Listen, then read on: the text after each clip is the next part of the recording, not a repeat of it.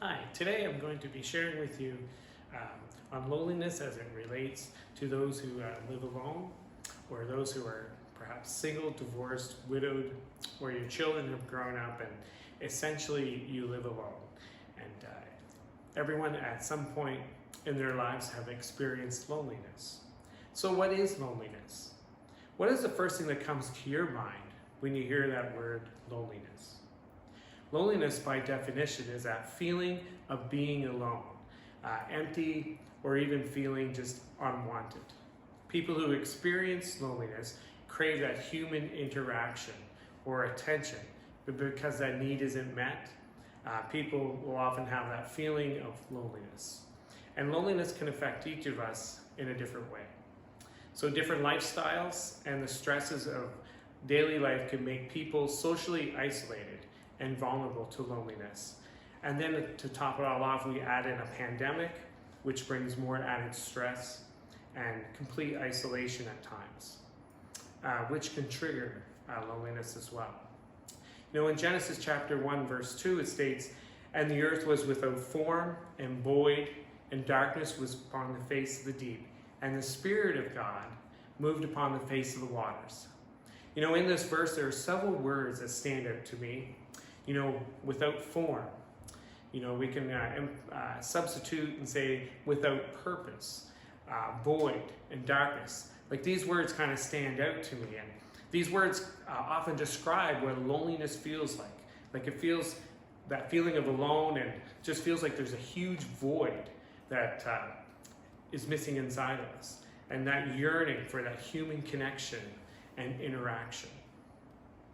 Living alone and having to resort to the single household bubble can be a challenge, especially if you are the only one who lives in your home. You have to just rely on yourself for that emotional support. The very fact that God has created us with the intention of us not to be alone, but to be part of a body collectively, such as the church body. We were created with that sense of connecting with others. And when that part of our lives isn't being met emotionally, we can experience loneliness. And I myself, I've even experienced loneliness, and it was at an interesting point in my life, because Lisa and I had when we first got married and we first moved to St. John, that when we first came together, we didn't have much to start off with. And so we both began to work, and my wife got a job working at a call center.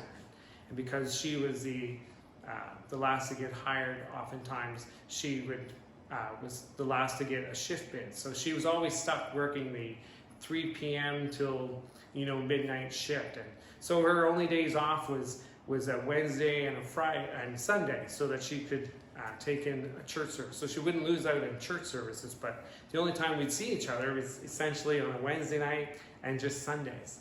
And so I remember, like, this is not the way I had thought our marriage was going to start out, that, I would oftentimes myself would feel alone.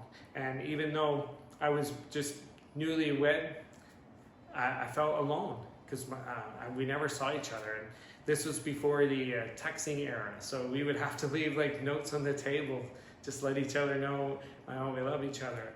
And so that created a lot of stress in our own lives and my own life. And I just remember this one particular night, I was sitting in my living room and I was praying. I was like, God, like, I don't understand why this is working out this way. Like, I was thinking, and I was just realizing, and I seen my wife more times when we were dating than when we were married. Like, it seemed like after we got married, I hardly ever saw her, and it just felt like we became more like roommates, and just people coming, and two people just coming and going and just leaving notes. And so at least we know they're still there, right?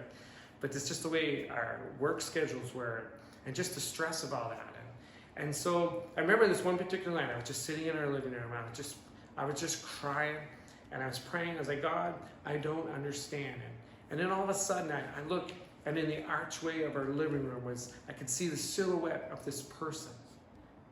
And I just remember that I felt this peace that came with this presence. And so God just reminded me that he is with us, and that he's in control of all things, and that no matter what we go through, that God is with us. And even during that time of loneliness and that separation, that God is still with us.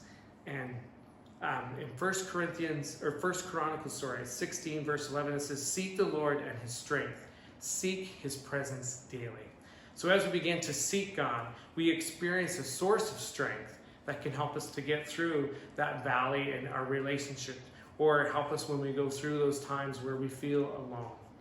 You know, that's what helped cultivate our relationship with each other and also with the Lord, that we relied on him. We seeked after God. We pursued the things of God. We experienced his strength. We experienced his peace. And so today, I just want to leave it with you today that just to seek and continue to seek after God. And just want to thank you for viewing this session today. And we just want to reach out to all of you, and feel free to share and like our sessions. And if there's a future topic that you would like us to share, just feel free to give us that feedback. And once again, know that God loves you and he's with you, and he will see you through those lonely times.